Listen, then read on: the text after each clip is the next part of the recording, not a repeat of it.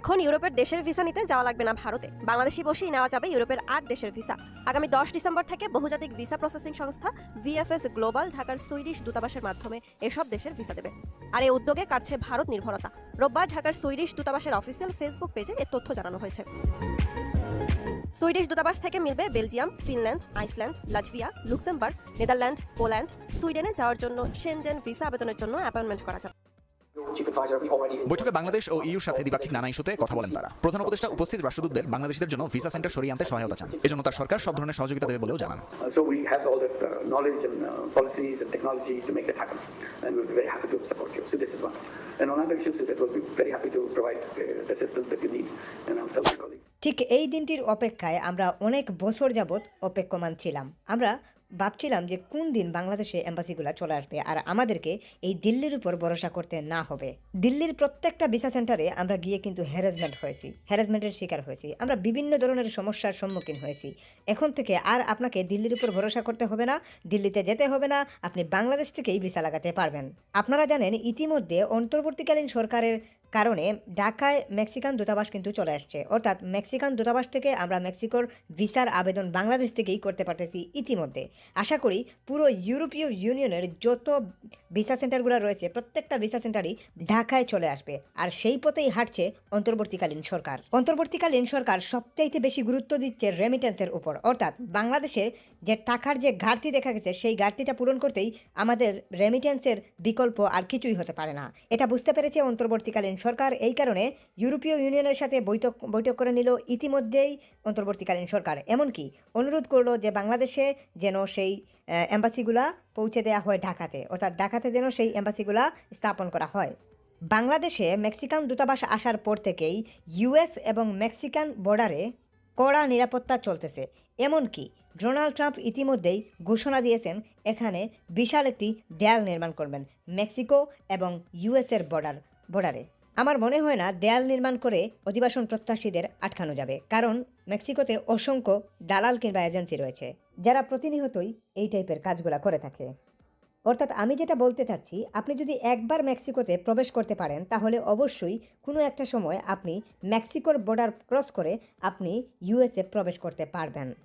এখন মেক্সিকোতে অ্যাপ্লাই কিভাবে করবেন এই প্রসিডিওরের উপরে অলরেডি একটা ভিডিও আমার আছে, সেটা আপনারা দেখে নেবেন কিভাবে মেক্সিকোতে অ্যাপ্লাই করতে হয় বা কিভাবে আপনারা অ্যাপ্লাই করবেন না করবেন।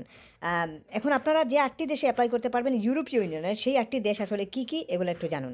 Finland, Iceland, Latvia, Luxembourg, Netherland, Poland. সুইডেনে যাওয়ার জন্য শেনজেন ভিসা আবেদনের জন্য অ্যাপয়েন্টমেন্ট করা যাবে। এখন আপনাদের মনে প্রশ্ন দেখতে পারে যে আমরা কিভাবে আবেদন করব আর কিভাবে যাব। আপনাদেরকে প্রসিডিওরটা আগে একটু ভালো করে বোঝাই। ইমিগ্রেশন ডিপার্টমেন্ট এমন একটা ডিপার্টমেন্ট, এই ডিপার্টমেন্টে আপনাকে যদি কেউ 1% আশা দেয় তাহলে মনে করবেন যে এ আগায় গোড়ায় একটা দালাল।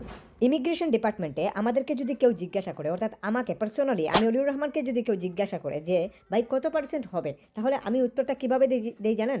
ঠিক এভাবে বলি যে হলে 100%, না হলে 0%। ইউরোপীয় ইউনিয়নের এই 8টি দেশে যদি আপনি অ্যাপ্লাই করতে চান তাহলে আপনাকে যেটা করতে হবে সেটা হচ্ছে অনলাইনের মাধ্যমে অ্যাপ্লাই করতে হবে অথবা অফলাইনের মাধ্যমে অ্যাপ্লাই করতে হবে। কিসের জন্য অ্যাপ্লাই করতে হবে? একটি জেনুইন ওয়ার্ক পারমিটের জন্য আপনাকে অ্যাপ্লাই করতে হবে। এখন প্রশ্ন আসতে পারে যে ভাই জেনুইন শব্দের অর্থ কী? ওয়ার্ক পারমিট তো জেনুইনই হয়, আসলে ফেকও হয়।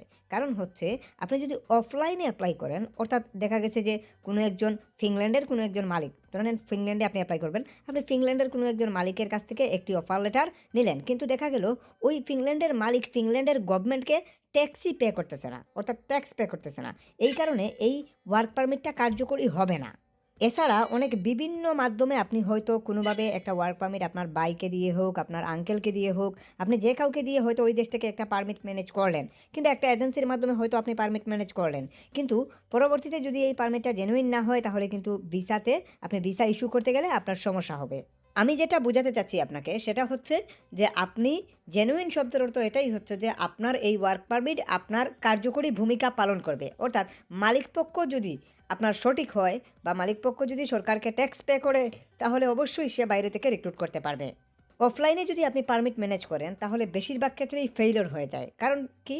কারণ হচ্ছে যে এখানে দেখা যায় যে আপনাকে ওয়ার্ক পারমিট প্রদান করলো সেই মালিক সঠিক নাও হতে পারে, ওয়ার্ক পারমিটটা ফেকও হতে পারে, কেউ আপনার কাছ থেকে টাকা নেওয়ার জন্য ফেক একটা ওয়ার্ক পারমিট আপনাকে প্রদান করতেও পারে।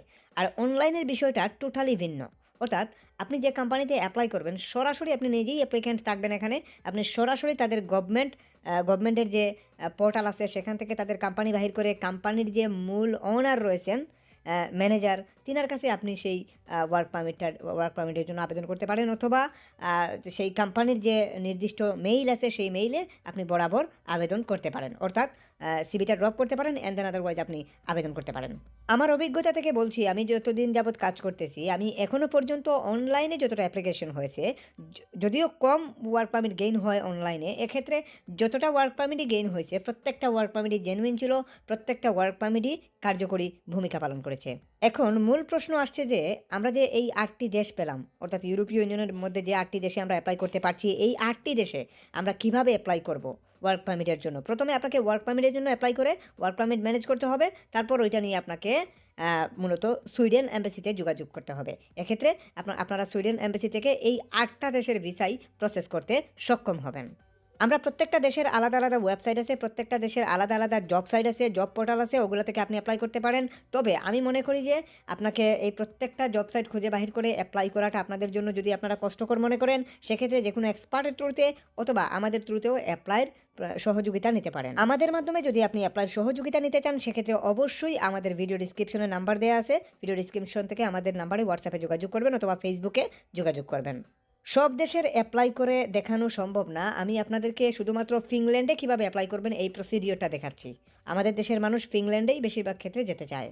এটা আমাদের জন্য একটা মহা সুযোগ, আমরা যদি হাতছাড়া করি এটা, আমি মনে করি না এটার পরবর্তীতে কোনো সরকার আসলে এরকমভাবে সম্ভব করতে পারবে কি না, এটা সন্দিহানে থাকে। আমি কি বলবো আপনাদেরকে, আমি যখন শুনতে পেলাম যে এই 8টা দেশ আমাদের জন্য বাংলাদেশ থেকে প্রসেস করা যাবে, মানে এতটা শান্তি পাওয়া গেছে, এটা চিন্তা করার মতো না। এই যে আমাদের দেশের মানুষ যারা আছেন, যারা অ্যাপ্লাই করেন, হ্যারাসমেন্টের শিকার হন, এইগুলা থেকে আপনারা আশা করি ব্যাক হতে পারবেন, কিংবা এখান থেকে আপনারা এই প্রতারণা থেকে আপনারা বাঁচতে পারবেন। আপনারা অনলাইনে একটু চেষ্টা করুন, না পারলে যে কোনো এক্সপার্টের থ্রুতে অথবা আমাদের থ্রুতে আপনি চেষ্টা করুন, দেখুন আশা করি ভালো কিছু হতেও পারে।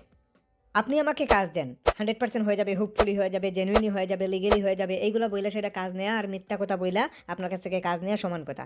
এখানে অ্যাপ্লাই করলে এরকম হয়, 20 জনের অ্যাপ্লাই করলে 2 জনের হয় এরকম। আবার যদি আপনি 30 জনের অ্যাপ্লাই করছি, এমনও দেখছি 1 জনের হয় নাই, আবার এমনও দেখছি 10 জনের অ্যাপ্লাই করছি 4 জনের হয়ে গেছে। তার মানে এটা টোটালি আপনার নসিবের উপরে, আপনার রিজিকের উপরে। এখন চলুন দেখে আসি যে কিভাবে আসলে আমরা অ্যাপ্লাই করব। ধরে নেন আপনি ফিনল্যান্ডে অ্যাপ্লাই করবেন, তাহলে আপনাকে কি করতে হবে, ফিনল্যান্ডের নির্দিষ্ট গভর্নমেন্ট পোর্টাল জব সাইটে চলে আসতে হবে। দেখুন, ওয়ার্ক ইন ফিনল্যান্ড এটা হচ্ছে তাদের গভর্নমেন্ট পোর্টাল, একটি জব সাইট। এই জব সাইট থেকে আপনি অ্যাপ্লাই করতে পারবেন। এই জব সাইটের লিঙ্ক ভিডিও ডিসক্রিপশনে দেওয়া আছে, এখানে সেই জব সার্চ করতে পারেন। আমি ক্লিনার লিখে জাস্ট এখানে সার্চ করছি, এখানে বেশ কয়েকটা রেজাল্ট আমাকে দেখাচ্ছে। এখানে ক্লিনারের অসংখ্য জব আছে, এগুলোতে আপনি অ্যাপ্লাই করতে পারেন। Warehouse worker, factory worker, বিভিন্ন টাইপের জব কিন্তু আছে, কনস্ট্রাকশন ওয়ার্কার সহ সব টাইপের জব কিন্তু আপনি এখানে সার্চ করলেই আপনার কাজের কোয়ালিফিকেশন অনুযায়ী পেয়ে যাবেন। ধরে নেন আমি এই জবে অ্যাপ্লাই করবো, একটা জবে সিলেক্ট করলাম অ্যান্ড প্রথম জবেই আমি প্রেস করছি, তো এখানে এই জবে অ্যাপ্লাই করবো। এক্ষেত্রে আপনি এখান থেকে দেখতে পাচ্ছেন লোকেশন, কোম্পানির নাম, বিভিন্ন কিছু কিন্তু এখানে লেখা আছে। এখানে রিকোয়ারমেন্ট সহ সব কিছুই কিন্তু মূলত স্প্যানিশ ভাষায় লেখা আছে, আপনি একটু ট্রান্সলেট করে বুঝে নেবেন। একটু ভালো করে এই জব ডিসক্রিপশনটা পড়বেন। এখানে তারা বলতেছে যে সিভির মাধ্যমে অ্যাপ্লাই করতে হবে, একদম পরিষ্কারভাবে এখানে